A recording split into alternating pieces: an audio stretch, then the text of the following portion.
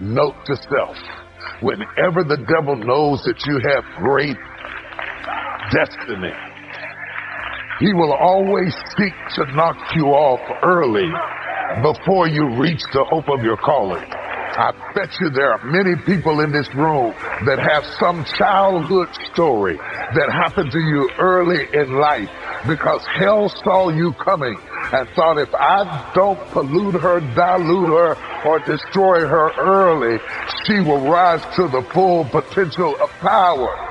But the Bible said, no weapon formed against you shall be able to prosper. And every tongue that rises against you, God will condemn. I don't want nobody to praise him, but people who went through hell when they were young.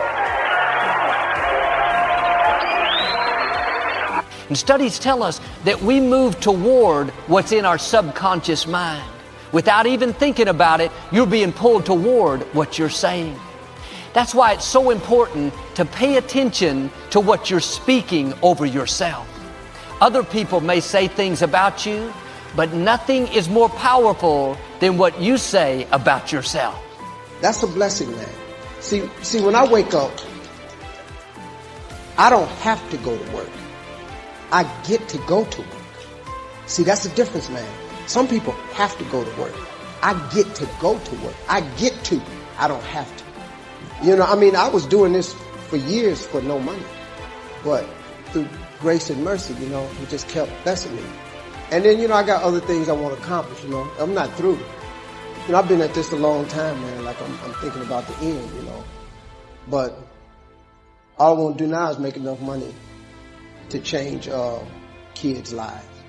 You know, my foundation is the most important thing. I'm going to do some stuff over here in Ghana, Botswana, and Joburg. Those are 3 cities I'm targeting for my foundation to come and change. You know, so that's what it is now. That's motivation. And then, you know, I'm a trailblazer, man. I got to show other people how to do it. You know, my job now is to show y'all how I did it. That's why I talk all the time about motivation. I talk more about motivation now than I do comedy.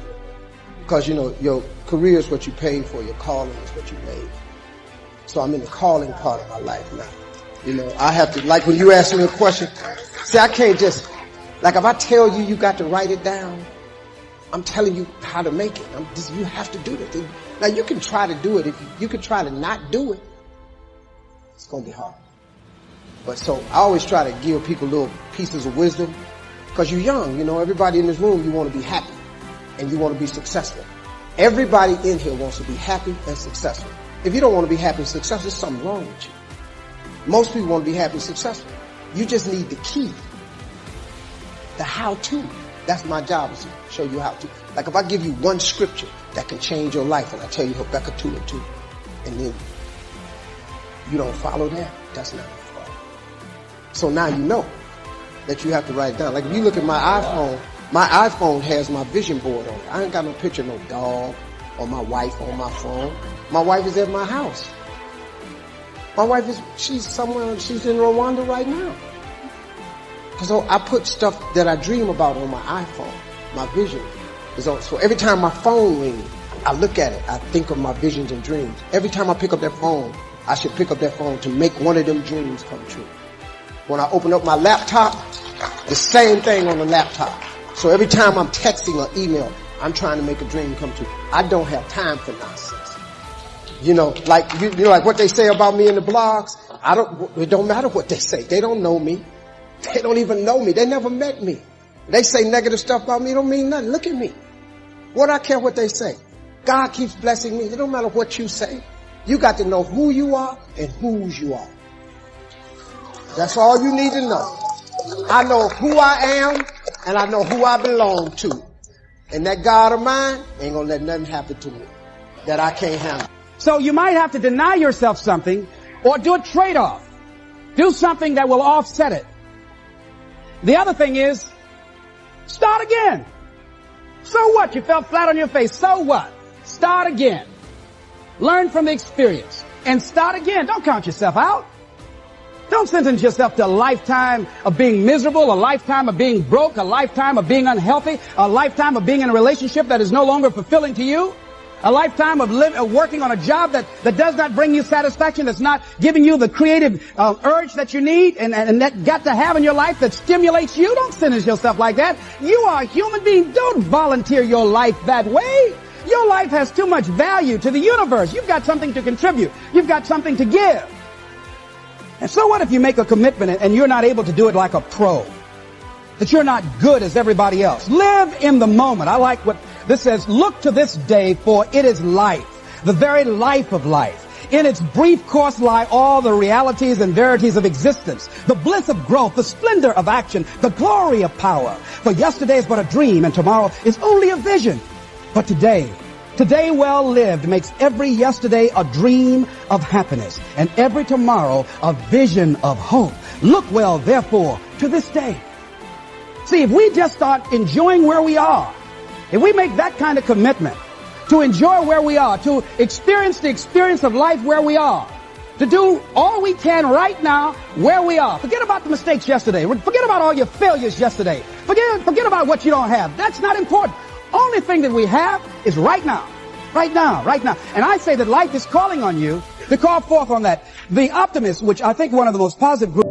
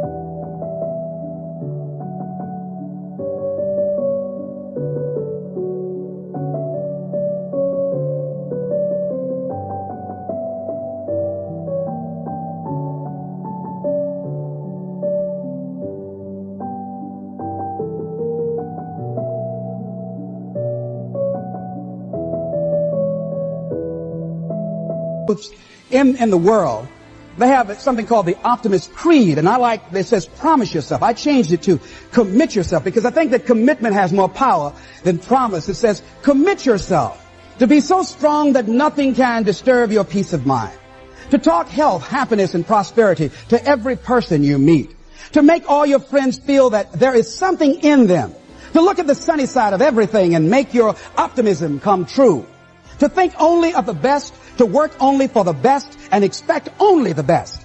To be just as enthusiastic about the success of others as you are about your own. To forget the mistakes of the past and press on to the greater achievements of the future. To wear cheerful countenance at all times and give every living creature you meet a smile. To give so much time to the improvement of yourself that you have no time to criticize others. To be too large for worry, too noble for anger, too strong for fear, and too happy to permit the presence of trouble. Commit yourself to these things. Life is not just the passing of time. Life is not just the passing of time. Life is a collection of experiences, their frequency, and their intensity. Life is not just watching the clock tick away. Life is a collection of experiences. Whatever the span of your life turns out to be, here's what you want to fill it up with: experiences and the intensity of those experiences. When should you start the day? As soon as you have it finished. Plan the day the best you can, leaving plenty of room for improvising and surprises and all the stuff that happens during the course of the day. But if you've planned a good, productive day, now you start that day, you can't believe how much more valuable your time will be. Don't start the day until you have it finished. Now here's the next one. Don't start the week until you've had it finished. Now to lay out a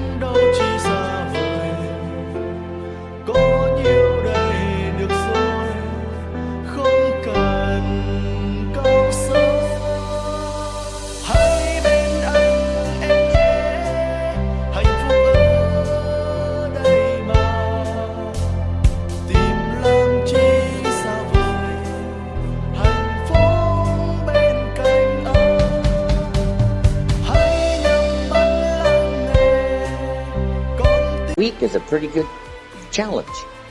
Next, don't start the month until you have it finished. The places to go and the people to see, and the productivity and the sales and the customers and the development and all the rest of what you want to accomplish during the course of 30 days. Don't start the month till it's finished. And then here's the big one. This is really challenging. Don't start the year until you have it finished. To the best of your ability. It can't be finished like minute by minute. But in terms of the sweep of what you want to accomplish in the year 2002, make sure that that's set and ready to go by the time January 1st rolls around. And it might get all upset. It might get torn up and you do a new one. You make so much progress the first 90 days that now you've multiplied it all by 2, by 3. Here's the first one. Ignore the subject. I mean, that's good advice. Don't let anything overly bug you. Because remember now, you don't have to do anything. Unless experience lasts forever, there's no point. It means nothing. So just try to map this onto your life. You know, every good meal you've had, every pleasant experience as opposed to an unpleasant one, every relationship, none of it means anything because it ends. You know, a good movie is meaningless. It's no better than a bad movie because it ends. This is a strange idea. This is unless we disappear into infinity with experience, there's no difference between the most sublime happiness and the most abject suffering. And I think when you actually try to connect with that intuition, it's strange and really is insupportable in our moment-to-moment experience. We care very deeply about the character of our experience. In fact, it's the only thing we can care about. And I think quite to the contrary, this notion of eternity, this notion of nothing matters here, but it matters in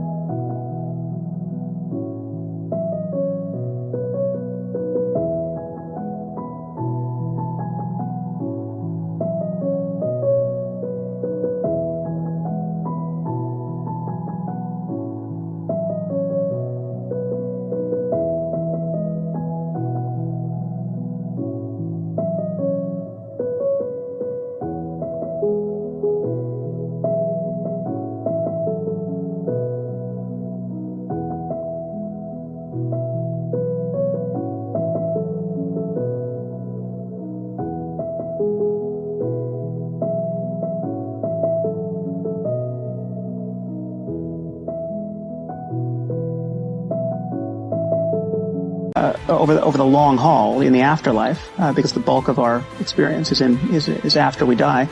This religious idea actually robs life of its meaning. It doesn't bring meaning to life. It renders meaningless all of the precious moments we have while alive. I mean, this is the only life we're certain of, and it's continually ending. It not only ends in death, but it ends in each moment, and things change.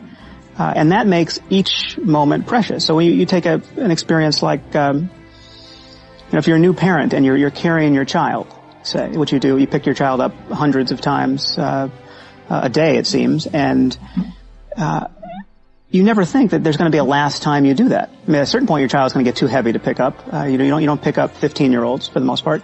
At a certain point, you will have picked your child up for the last time. Now, we tend not to go through life thinking in those terms, but if we realized that it's as though we're standing in front of a kind of a ticket machine at a deli counter and we're just pulling tickets, not knowing how many are in there, and at a certain point you pull and you've got the last one in hand for every experience. There'll be a last time you pick your child up and you will not have noticed that was the last time. That makes life very precious, and certainly death, the final ticket at the end of life, makes it all incredibly precious. It's just, it could not be more precious, and its preciousness is not predicated on it lasting forever, as though such a thing could even make sense. There's this thing people think that, like, I'll be happy when? Once I get, like, this big, amazing home, or once I get this car, or once I get this relationship, or an amount of money, then I'll allow myself some happiness. The problem is, the finish line always moves. You never arrive there, right? The other part is, people think, well, if I enjoy myself now, I'm going to lose my drive. In other words, if I can just wire myself with enough pain all the time, I won't lose my drive or ambition. The truth is there's no correlation between the two at all. There's no relationship between you feeling complete pain all the time and losing drive. And so I talk about living in a state of blissful dissatisfaction. And really the best example of that would be like if you've ever, I love a good meal, right? You know, if I bite into a great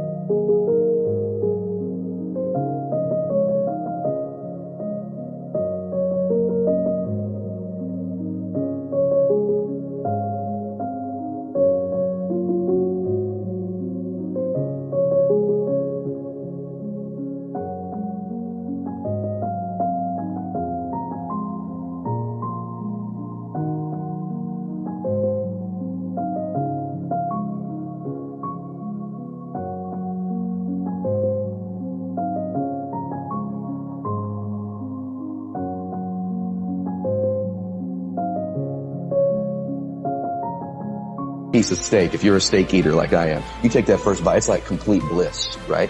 There's no correlation between how great that tasted and your lack of desire for the next bite. In fact, that bliss causes you to want more of it.